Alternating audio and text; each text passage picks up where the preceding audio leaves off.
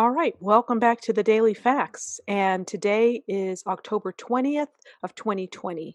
And you may have heard the news that the Justice Department is suing Google for antitrust law. So we're going to get right into it. Let's go over to the Justice Department and read some of this release that they put out today.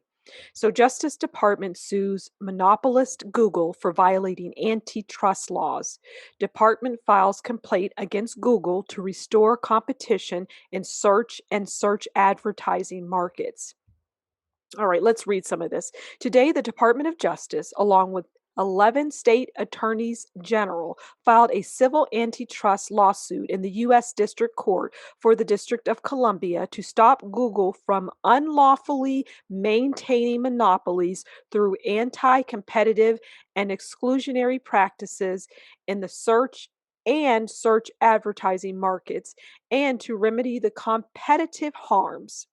The participating state attorneys general offices represent Arkansas, Florida, Georgia, Indiana, Kentucky, Louisiana, Mississippi, Missouri, Montana, South Carolina, and Texas. Today, millions of Americans rely on the internet and online platforms for their daily lives. Competition in this industry is vitally important, which is why today's challenge against Google, the gatekeeper of the internet, for violating antitrust laws is a monumental case both for the Department of Justice and for the American people, said Attorney General William Barr. Since my confirmation, I have prioritized the department's review of online market leading platforms to ensure that our technology industries remain competitive. This lawsuit strikes at the heart of Google's grip over the internet for millions of American consumers, advertisers, small businesses, and entrepreneurs beholden to an unlawful monopolist. As with its historic antitrust actions against AT&T in 1974 and Microsoft in 1998, the department is again enforcing the Sherman Act to restore the role of competition and open the door to the next wave of innovation, this time in vital digital markets, said Deputy Attorney General Jeffrey A. Rosen. As one of the wealthiest companies on the planet with a market value of 1 trillion, Google is the monopoly gatekeeper to the internet for billions of users and countless advertisers worldwide. For years, Google has accounted for almost 90% of all search queries in the United States and has used anti-competitive tactics to maintain and extend its monopolies in search and search advertising. As alleged, the complaint Google has entered into a series of exclusionary agreements that collectively lock up the primary avenues through which users access search engines and thus the internet by requiring that Google be set as the preset default general search engine on billions of mobile devices and computers worldwide and, in many cases, prohibiting pre installation of a competitor. In particular, the complaint alleges that Google has unlawfully maintained monopolies in search and search advertising by entering into exclusivity agreements that forbid pre-installation of any competing search service, entering into time and other arrangements that force pre-installation of its search applications in prime locations on mobile devices and make them undeletable regardless of consumer preference, entering into long-term agreements with Apple that require Google to be the default and de facto exclusive general search engine on Apple's popular Safari browser and other Apple search tools, generally using monopoly profits to buy preferential treatment for its search engine on devices, web browsers, and other search access points, creating a continuous and self reinforcing cycle of monopolization. These and other anti competitive practices harm competition and consumers, reducing the ability of innovative new companies to develop, compete, and discipline Google's behavior. The antitrust laws protect our free market economy and forbid monopolists from engaging in anti competitive practices. They also empower the Department of Justice to bring cases like this one to remedy violations and restore competition, as it has done for over a century in the notable cases involving monopolists over other critical industries and undergirding the American economy, like Standard Oil and the AT&T telephone monopoly. Decades ago, the department's case against Microsoft recognized that the antitrust laws forbid anti competitive agreements by high technology monopolists to require pre installed default status, to shut off distribution channels to rivals, and to make software undeletable. The complaint alleges that Google is using similar agreements itself to maintain and extend its own dominance. The complaint alleges that Google's anti competitive practices have harmful effects on competition and consumers. Google has foreclosed any meaningful search competitor from gaining vital distribution and scale, eliminating competition for a majority of search queries in the United States. By restricting competition in search, Google's conduct has harmed consumers by reducing the quality of search, including on dimensions such as privacy, data protection, and use of consumer data, lessening choice in search, and impeding innovation. By suppressing competition in advertising, Google has the power to charge advertisers more than it could in a competitive market and to reduce the quality of the services it provides them. Through filing the lawsuit, the department seeks to stop Google's anti competitive conduct and restore competition for American consumers, advertisers, and all companies now reliant on the internet economy. Google is a limited liability company organized and existing under the laws of the state of Delaware and is headquartered in Mountain View, California. Google is owned by Alphabet Inc., and a publicly traded company incorporated and existing under the laws of the state of Delaware and headquartered in Mountain View, California. All right, so that is the release from the Department of Justice. Now we're going to open up the legal document here, the complaint that has been filed, and we're going to read through that. So follow me over there. All right, so we're on the legal document that was filed today on October 20th of 2020. In the United States District Court for the District of Columbia, United States of America, U.S. Department of Justice, State of Arkansas, State of Florida, State of Georgia, State of Indiana, Commonwealth of Kentucky, State of Louisiana, State of Mississippi, State of Missouri, State of Montana, State of South Carolina, State of Texas versus Google LLC. All right, let's get into the complaint. The United States of America, acting under the direction of the Attorney General of the United States and the states of Arkansas, Florida, Georgia, Indiana, Kentucky, Louisiana, Mississippi, Missouri, Montana, South Carolina, and Texas, acting through their respective attorneys general, bring this action under Section 2 of the Sherman Act, 15 U.S.C. 2, to restrain Google LLC from unlawfully maintaining monopolies in the markets for general search services, search advertising, and general search text advertising in the United States through anti competitive and exclusionary practices, and to remedy the effects of this conduct. Nature of this action. 2 decades ago, Google became the darling of Silicon Valley as a scrappy startup with an innovative way to search the emerging internet. That Google is long gone. The Google of today is a monopoly gatekeeper for the internet and one of the wealthiest companies on the planet, with a market value of 1 trillion and annual revenue exceeding 160 billion. For many years, Google has used anti-competitive tactics to maintain and extend its monopolies in the markets for general search services, search advertising, and general search advertising, the cornerstones of its empire. As in many other businesses, a general search engine must find an effective path to consumers for it to be successful. Today, general search engines are distributed primarily on mobile devices, smartphones and tablets, and computers, desktops and laptops. These devices contain web browsers, software applications for accessing information on the internet, and other search access points that call on a general search engine to respond to a user's query. Over the last 10 years, internet searches on mobile devices have grown rapidly, eclipsing searches on computers and making mobile devices the most important avenue for search distribution in the United States.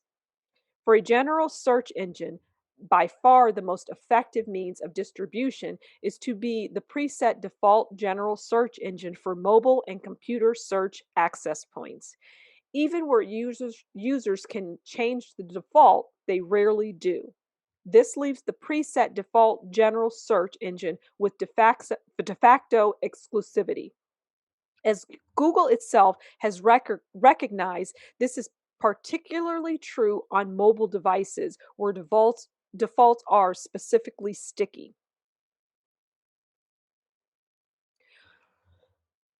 For years, Google has entered into exclusionary agreements, including tying agreements, and engaged in anti competitive conduct to lock up distribution channels and block rivals. Google pays billions of dollars each year to distributors, including popular device manufacturers such as Apple, LG, Motorola, and Samsung. Major US wireless carriers such as AT&T, T-Mobile, and Verizon, and browser developers such as Mozilla, Opera, and UC Web to secure default status for its general search engine, and in many cases, to specifically prohibit Google's counterparties from dealing with Google's competitors. Some of these agreements also require distributors to take a bundle of Google apps, including its search apps, and feature them on devices in prime positions where consumers are most likely to start their internet searches. Google's exclusionary agreements cover just under 60% of all general search queries. Nearly half the remaining queries are funneled through Google owned and operated properties, e.g., Google's browser Chrome. Between its exclusionary contracts and owned and operated properties, Google effectively owns or controls such distribution channels, accounting for roughly 80% of the general search queries in the United States. Largely as a result of Google's exclusionary agreements and anti competitive conduct, Google in recent years has accounted for nearly 90% of all general search engine queries in the United States and almost 95% of queries on mobile devices. Google has thus foreclosed competition for internet search. General search engine competitors are denied vital distribution, scale, and product recognition, ensuring they have no real chance to challenge Google. Google is so dominant that Google is not only a noun to identify the company and the Google search engine, but also a verb that means to search the internet. Google monetizes the search monopoly in the markets for search advertising and general search text advertising, both of which Google has also monopolized for many years. Google uses consumer search queries and consumer information to sell advertising. In the United States, advertisers pay about 40 billion annually to place ads on Google's search engine results page, SERP. It is these search advertising monopoly revenues that Google shares with distributors in return for commitments to favor Google's search engine. These enormous payments create a strong disincentive for distributors to switch.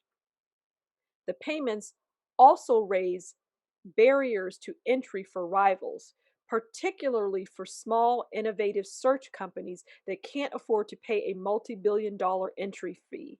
Through these exclusionary payoffs and the other anti competitive conduct described below, Google has created continuous and self reinforcing monopolies in multiple markets. Google's anti competitive practices are especially pernicious because they deny rivals scale to compete effectively.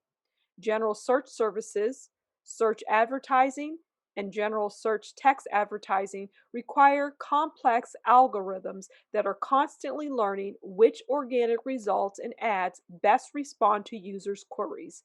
The volume, variety, and velocity of data accelerates the automated learning of search and search advertising algorithms. When asked to name Google's biggest strength in search, Google's former CEO explained, "Scale is the key. We just have so much scale in terms of the data we can bring to bear.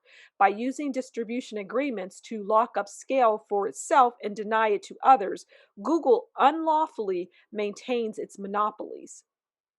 Google's grip over distribution also thwarts potential innovation. For example, one company recently started a subscription based general search engine that does not rely on advertising profits derived from monetizing user information. Another, DuckDuckGo, differentiates itself from Google through its privacy protective policy. But Google's control of search access points means that these new search models are denied the tools to become true rivals, effective paths to market and access at scale to consumers, advertisers, or data. Google's practices are anti competitive under long established antitrust law. Almost 20 years ago, the DC Circuit in United States versus Microsoft recognized that anti competitive agreements by a high tech monopolist shutting off effective distribution channels for rivals, such as by requiring preset default status, as Google does, and making software undeletable, as Google also does, were exclusionary and unlawful under Section 2 of the Sherman Act. Back then, Google claimed Microsoft's practices were anti competitive, and yet now Google deploys the same playbook to sustain its own monopolies. But Google did learn one thing from Microsoft: to choose its words carefully to avoid antitrust scrutiny. Referring to a notorious line from the Microsoft case, Google's chief economist wrote, "We should be careful about what we say in both public and private. Cutting off the air supply and similar phrases should be avoided. Moreover, as has been publicly reported, Google's employees receive specific instructions on what language to use and not use in emails because words matter, especially in antitrust law. In particular, Google employees were instructed to avoid using terms such as bundle, tie, crush, kill, hurt, or block competition, and to avoid observing that Google has market power in any market. Google has refused to diverge from its anti competitive path. Earlier this year, while the United States was investigating Google's anti competitive conduct, Google entered into agreements with distributors that are even more exclusionary than the agreements they replaced. Also, Google has turned its sights to emerging search access points, such as voice assistants, ensuring that they too are covered by the same anti competitive scheme. And Google is now positioning itself to dominate search access points on the next generation of search platforms, internet enabled devices such as smart speakers, home appliances, and automobiles, so called Internet of Things or IoT devices. Okay, we're going to stop there. I think that's a lot to take in, and we'll pick up again at some point. So again, this is the Department of Justice has filed suit against Google, and this is on October 20th of 2020. All right, thanks for stopping by the Daily Facts. Do like, share, subscribe, and leave a comment below. Bye.